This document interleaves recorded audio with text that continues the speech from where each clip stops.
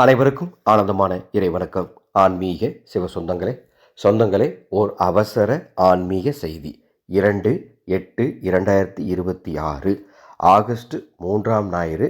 இன்று சங்கடகர சதுர்த்தி. இந்த சங்கடகர சதுர்த்தி வழிபாடு எப்படி பண்ணணும்னு ஏற்கனவே நம்ம சேனலில் தெளிவாக ஒரு ஆடியோ கொடுத்துட்டேன். நவதீப வழிபாடு.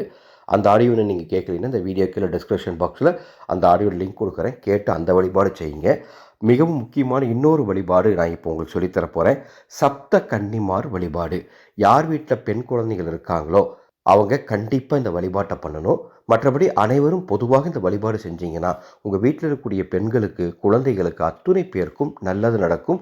குடும்பத்திற்கே அற்புதமான எதிர்காலம் இருக்கும். குடும்பத்தில் மகிழ்ச்சி உண்டாகும். அப்பேற்பட்ட ஒரு எளிய தமிழ் மந்திரம் மற்றும் வழிபாடு சொல்லித்தரேன். இன்று இரவுக்குள் நேரம் கிடைக்கும் போது அதை செய்யுங்க. வழிபாடு தெரிஞ்சுக்கிறதுக்கு முன்னால் ஓர் அறிவிப்பு. 12/8/2026 ஆடி அமாவாசை.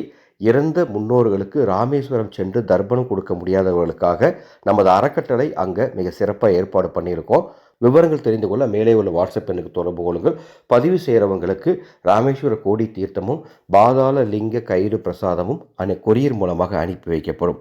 இன்று சப்த கன்னிமார்கள் வழிபாடு உங்கள் வீட்டில் ராகு காலம், யமகண்டம் நேரம் தவிர எப்பொழுது வேண்டுமானாலும் நீங்கள் செய்யலாம். ரொம்ப எளிமையான வழிபாடு தான் சொல்லித்தரப்போறேன். உங்கள் வீட்டு பூஜை அறையில் 7 தீபங்கள் ஒரே நேர்கோட்டில் ஏற்றுங்கள். கிழக்கு அல்லது வடக்கு திசை நோக்கி ஒரே நேர்கோட்டில் 7 தீபங்கள் சப்த கன்னிமார்களை குறிக்கும் விதமாக அந்த 7 தீபத்துக்கு முன்பாக 7 நெய்வேத்தியங்கள் என்ன வச்சாலும் சரி, 7 பழம் வச்சாலும் சரி, அல்லது சாதம் வடித்து சாதத்தையே சின்ன சின்ன உருண்டையாக 7 உருண்டை வச்சாலும் சரி, அல்லது 7 இனிப்புகளை வச்சாலும் சரி, ஒரே இனிப்பை 7 எண்ணிக்கையில் வைங்க. சரிங்களா? 7 விதமாக வைக்கணும்னு அவசியம் இல்லை.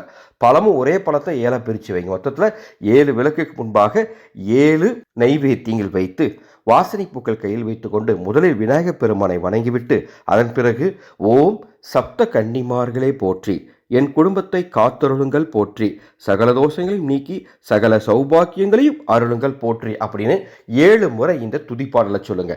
டிஸ்கிரிப்ஷன் பாக்ஸில் இந்த பாடல் டைப் பண்ணி கொடுத்துருக்கேன். 7 முறை இந்த துதிப்பாடலை சொல்லி இன்று சப்த கன்னிமார்களை வணங்கிவிட்டால் அற்புதமான பலன்கள் கிடைக்கும். பிராமி, மகேஸ்வரி, கௌமாரி, வைஷ்ணவி, வாராகி, இந்திராணி, சாமுண்டி ஆகிய 7 சப்த மாதாக்கள் உங்கள் வீட்டில் எழுந்தருளி உங்களையும் உங்கள் வீட்டில் இருக்கும் அத்துணை பேரையும் ஆசீர்வாதங்கள் செய்வார்கள். அன்பு சொந்தங்களே, இந்த பதிவை நான் நேற்றே தரணும்னு நினைத்தேன். நேற்று கொஞ்சம் வேலை பலுவின் காரணமாக என்னால் தர முடியல. எனவே இந்த ஆடியோ கேட்டு ஒரு 10 பேருக்காவது நீங்கள் பகிர்ந்துக்கோங்க.